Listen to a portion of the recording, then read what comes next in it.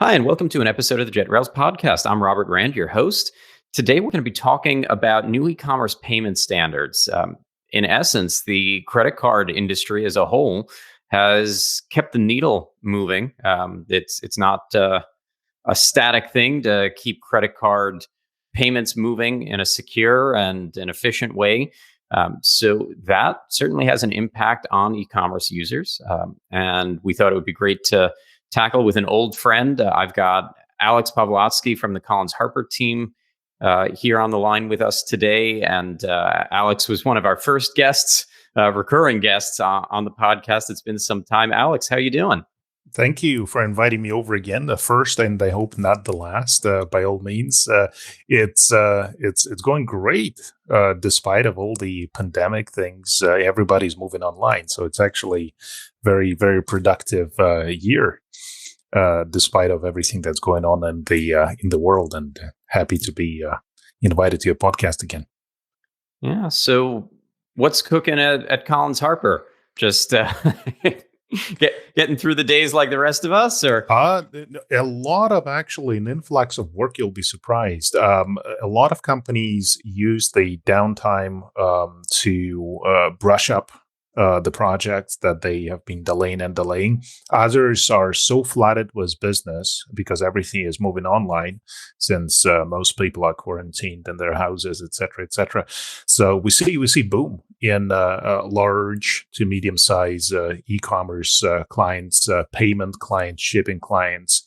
They all want to push the projects away that were delayed before for their business or any other constraints. Sure. So they want to get out of this pandemic on top of their competition. So we see some very positive movement on the large scale merchants, e-commerce providers, and payment integrators and the like and such.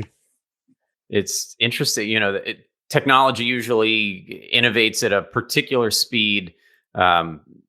I think that we're seeing a change in that overall, in businesses moving into e-commerce and moving into the digital landscape, businesses, taking time to evolve. Obviously, a lot of this has to do with cash flow. So it sounds like you've got a good customer base that was well positioned for this, or that's in industries that are maybe more likely to be positively impacted than negative. Here at JetRails, I think we're seeing a lot of the same. We're here for our customers that are having a tougher time, but overall network traffic is up. Overall, demand in the e-commerce world is strong, and there are even categories that I think were a little bit weak in some of the initial days and weeks of this crisis, like fashion retail, online, at least the e-commerce portion. That have been picking up, and I guess we all need some extra sweats to wear while we're while we're working remotely. So it is interesting to see, and so let's dive in a little bit on some of these actual compliance standards that have been changing and evolving. I know the biggest one that I've run into in the last year was PSD2 out of Europe, and what can you tell me about impacts there, what that's all about? Well, it's been in the works for quite a while. This PSD, what is this? First of all, it's a payment service directive, which doesn't say anything, but it is specific to European Union. So European Union has decided in its infinite wisdom to adopt PSD, payment service directive, that affects the banks, that affects the merchants, that affects customers specifically in the EU or those dealing with the European Union. So the payment service directive has been around forever, since the invent of the mobile phone. But since then, and what's the topic of today's discussion is called PSD2, Payment Service Directive 2, which is a second iteration of this, and it's been around since 2015. But the companies in the European Union have been given leeway to implement the directive until September 2018 deadline. So now we're in 2020.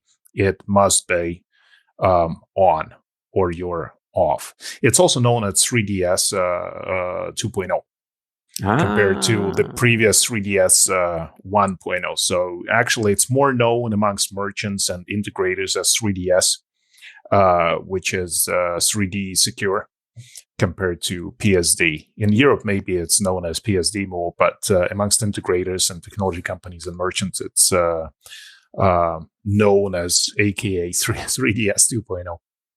That's pretty much the gist of it, and there are implications throughout for merchants, for banking, for the whole industry, actually. Yeah, I mean, it's interesting that so many of these compliances in recent years are coming out of the EU, whether it's whether it's GDPR. We've certainly seen with other data compliance, things come out of Canada, in particular related to things like email marketing. In the last decade, Castle legislation, very familiar.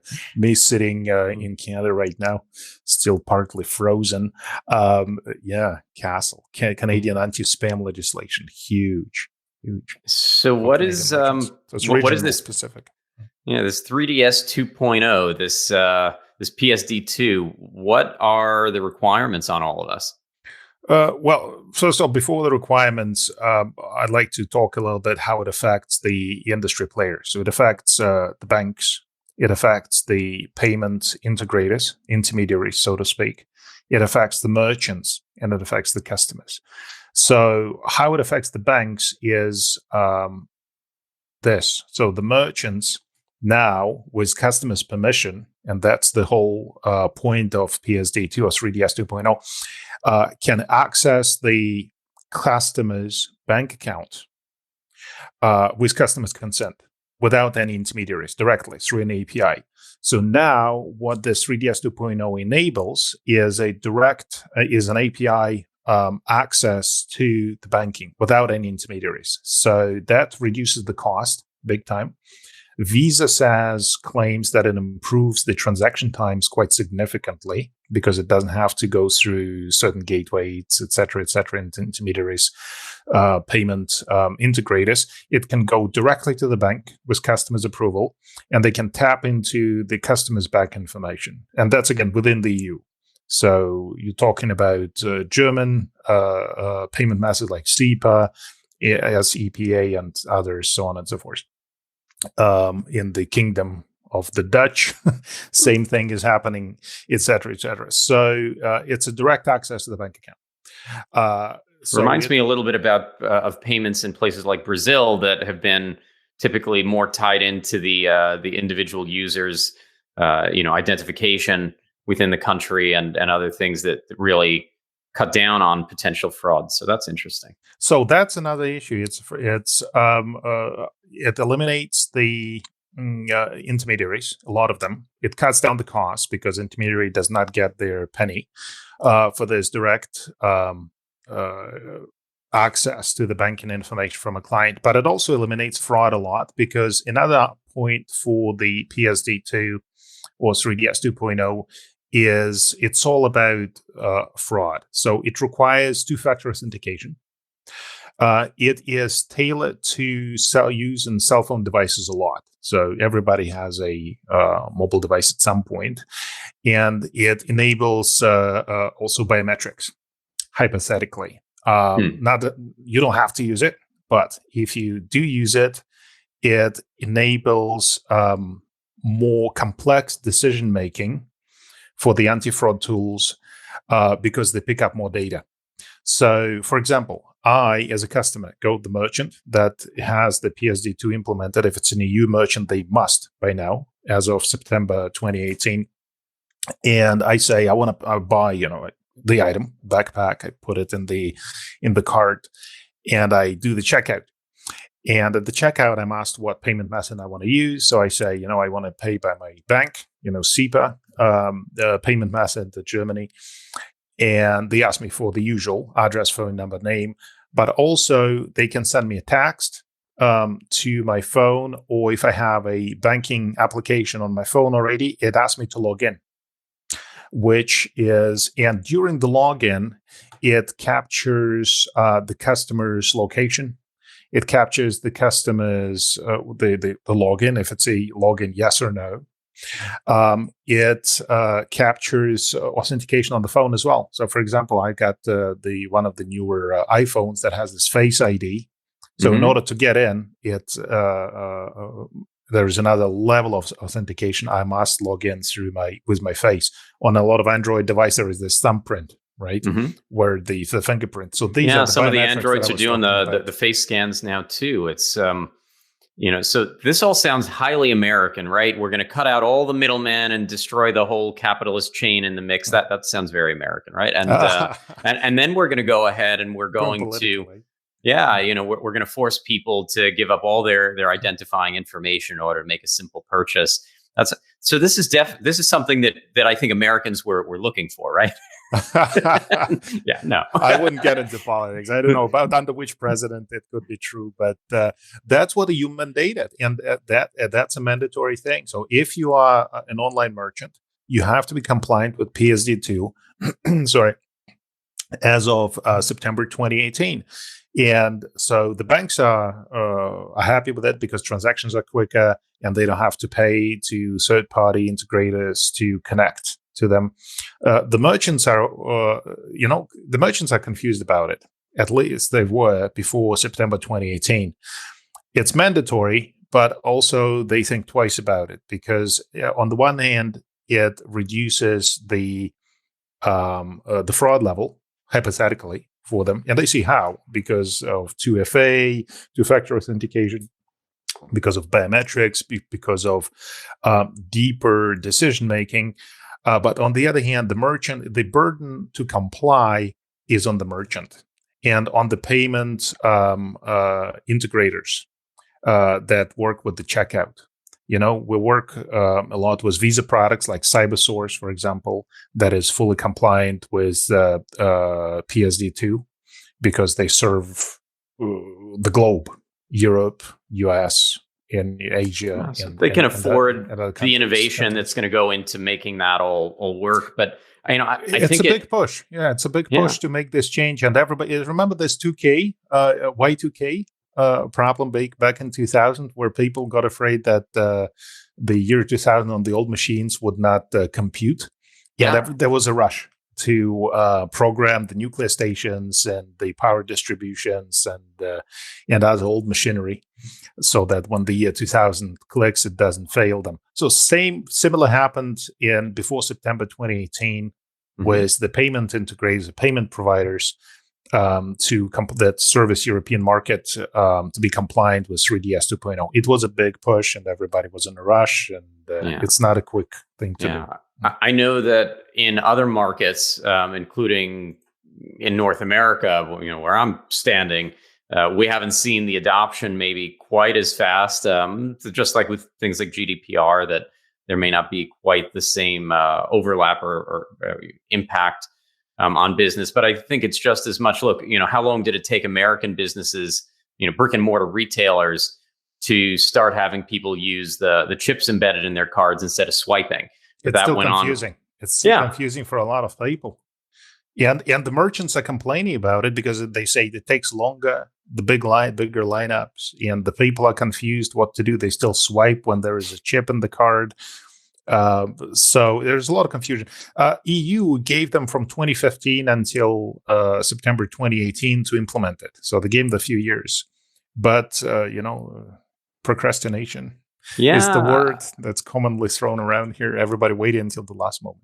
Look, on this podcast, people have heard ad nauseum about Magento 1 end of life, and the most recent stats. We're now into May of 2020. That I'm seeing is over 100,000 sites on Magento 1 still live, and somewhere between maybe 30 and 40,000 on Magento 2.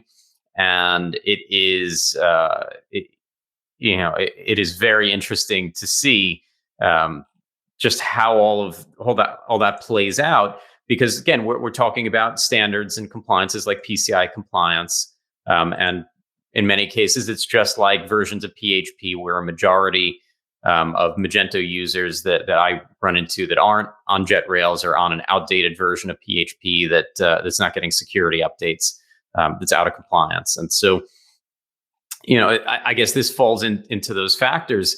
Part of what I thought, I think got this topic uh, under consideration between our teams um, was, in essence, some of the changes happening in the Magento code base, where Magento has been deprecating all of the payment gateways that were, I'll call them core bundled, Mhm. for lack of a better term, in the Magento ecosystem. That Magento basically included these extensions, these payment modules off the shelf, and instead of just updating them, they've been removing them. They've been stripping them all out. And in essence saying, we're not going to be responsible for pushing out these updates.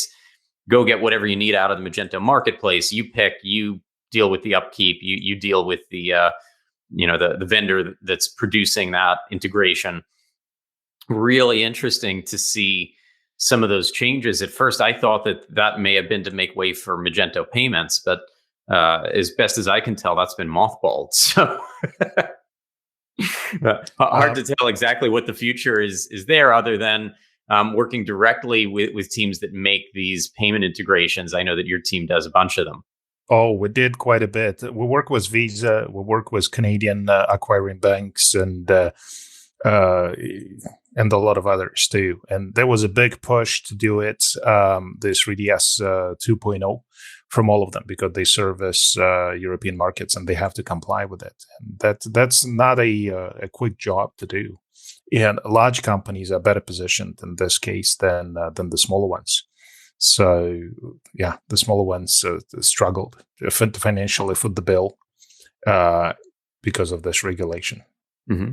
And then I suppose for the merchants, they've got to update or replace whatever integration that's going to come at some sort of cost to them, that they're going to be paying their developers to make updates and maybe test in their dev side, test in their staging, push out to live and test. That there's going to be, as with all updates, some kind of a hard cost on the e-commerce business for upkeeping this. It is a cost because for both integrators and the merchants as well, because they have to provide it. At some point, the extreme scenario is this. So the merchant was using one payment processor. The rates are agreed upon. The integration is seamless at the checkout. The client doesn't leave the page. It's all through an iframe. It's all great. But because of this compliance, this particular payment integrator decided not to comply, or because EU is not a big market for them, and they cannot be used anymore. That's it. So they have to look for another processor. And if it's a high risk business, for example, then their choice is limited for the merchant to find an acquirer that would take up the slack, that would take up credit cards and bank account payments for Europe for their specific product, if it is considered high risk in the industry. Yeah. I mean, look, I'm typically for anything that's just about anything that's going to cut down on credit card fraud, that's going to protect merchants from dealing with those headaches. I've worked with lots of great companies out there that help in that space. And That's certainly don't mind. That's the biggest selling point of it. Yeah. This 3DS 2.0 was to indeed fight fraud, because fraud is rampant for the large to medium companies. It's huge. Online has been plagued with it for years. Compared to brick and mortar. So brick and mortar has certain percentage of fraud. Take online at 3, 4, 5 times as big. So yeah, to 3DS 2.0 a benefit, it does work. So it does cut a lot through, because it becomes so much more complicated now to take a card and the stolen card and go through the checkout as a fraudster to have a successful checkout, because now it requires an additional verification. Either you need to additionally hack the phone, or reroute the phone number and text messages going to this phone, or have a login credentials for the bank account also to have it all stacked up. So it's additional work needed for the fraudsters to to implement this. Yeah, it's It makes interesting. it very more difficult. Yeah. So this is really coming down to the payment gateway. What happens? Already, this is something that's already in force. If you if you're only occasionally selling to some, well, and so let me go a little bit backwards on this. Mhm. Does this impact? Let's say and I know travel right now isn't much of a thing, but I live in Florida where we get folks visiting for a few months a year, if not at least a few weeks. Oh, the snowbirds.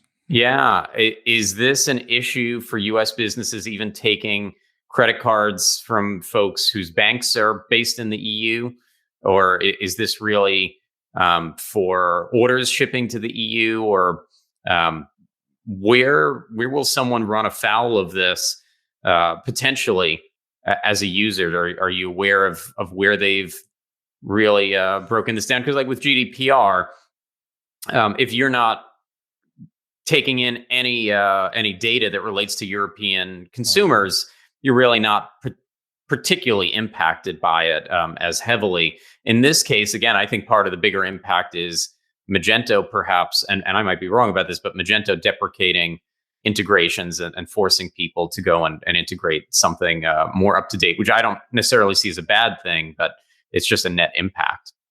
Yeah, to answer your question, it only affects EU and merchants in the EU. It doesn't affect transactions from EU to outside, to say US, or from US to EU.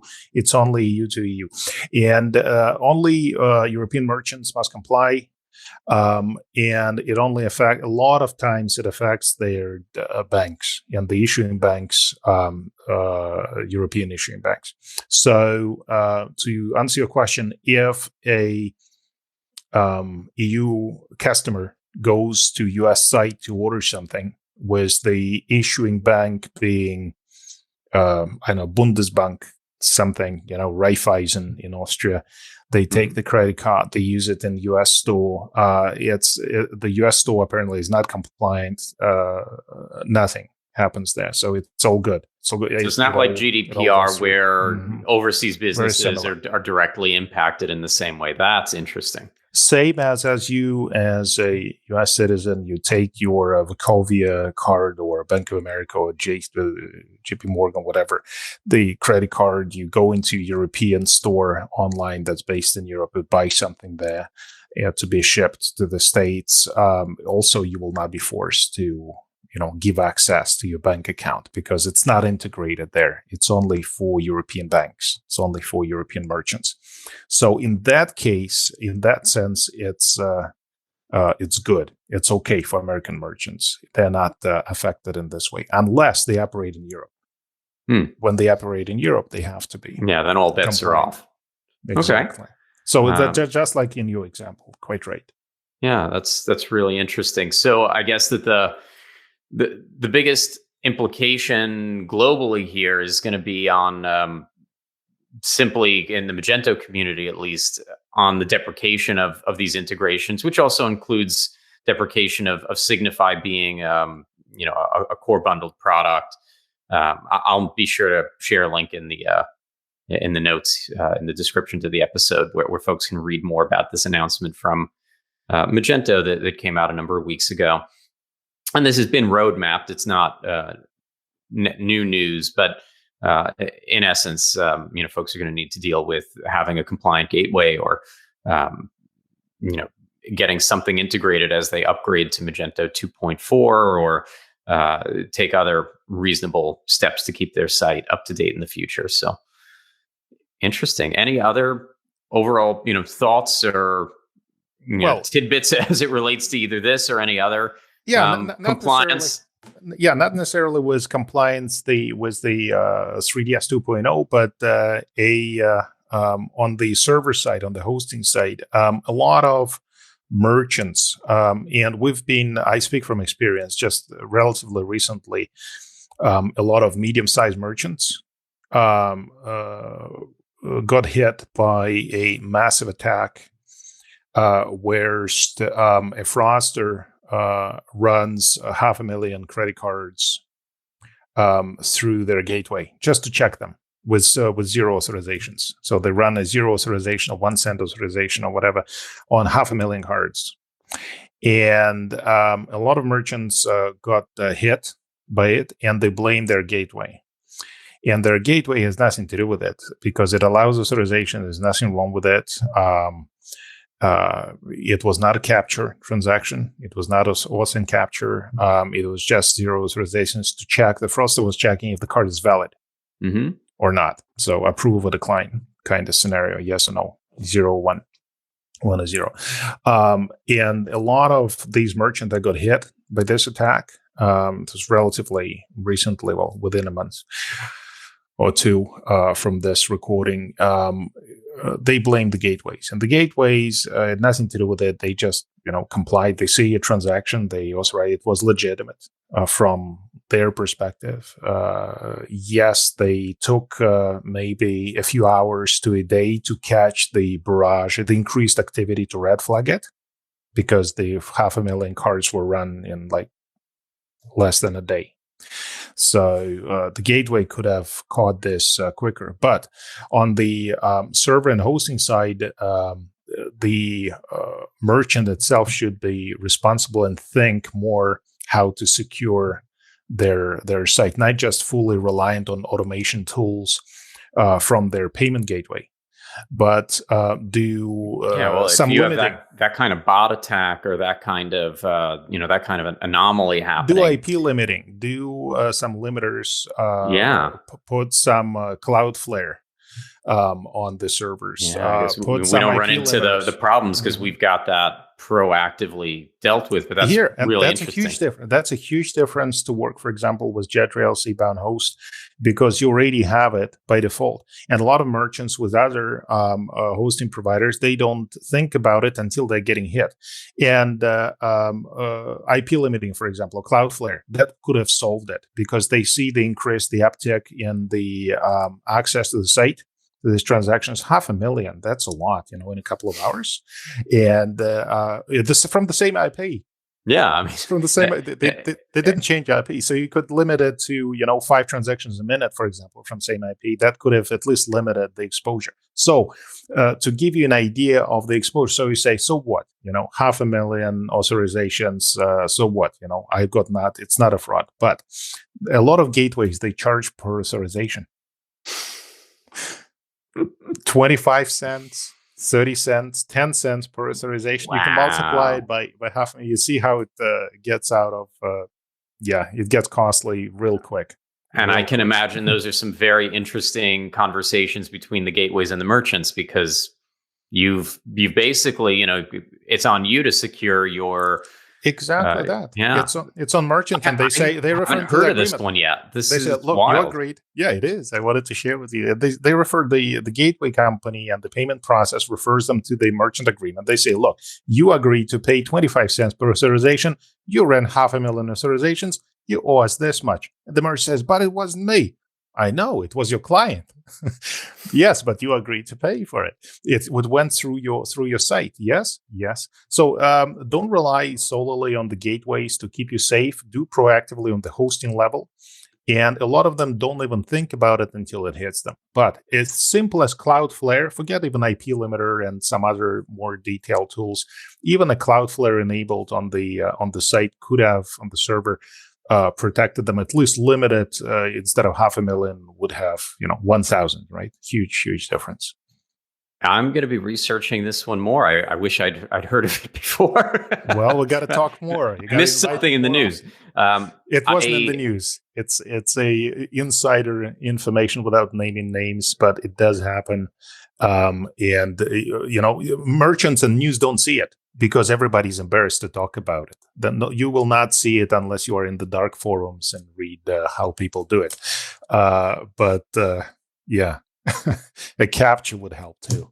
Really interesting. A lot of interest, and I see it internally because we deal with it, right? But it doesn't get out to the news. But it's something fun to mention as well in terms of the costs involved in this just authorizations, and a simple Cloudflare could have resolved this or minimized it at least. You cannot block it completely, but you minimize the scope of it significantly, 100 times. Absolutely. So I don't think I can find a higher point for us to start wrapping up on. I love when knowledge gets dropped like that. Um, There you go. Alex, really, really a pleasure having you back on. Looking forward to doing it again sometime soon. Keep coming up with stuff like that. Uh, for our listeners, as always, thank you for tuning in. Uh, I will share in the notes information about orgs and things that are helping folks affected by COVID-19 in the e-commerce community. So if you do know a business that needs help getting into e-commerce on the faster side of things, or that's having challenges, that they could use some volunteers or some solutions to help route them to folks that can help them. There are some great initiatives and organizations that have been popping up, and I'll be sure to include some of that as part of a public service announcement. For in general, we really appreciate you tuning in. And so, if you do have thoughts, if you'd like to share any information, feel free to rate us wherever you listen to fine podcasts like this. Videos available on YouTube and Facebook in full, as well as wherever you listen to podcasts. You're going to find our Jet Rails podcast. And with that, happy selling. Stay safe, stay healthy. And Alex, you want to get the final word today? It's been fun. Thank you. Invite me again. Let's do it again.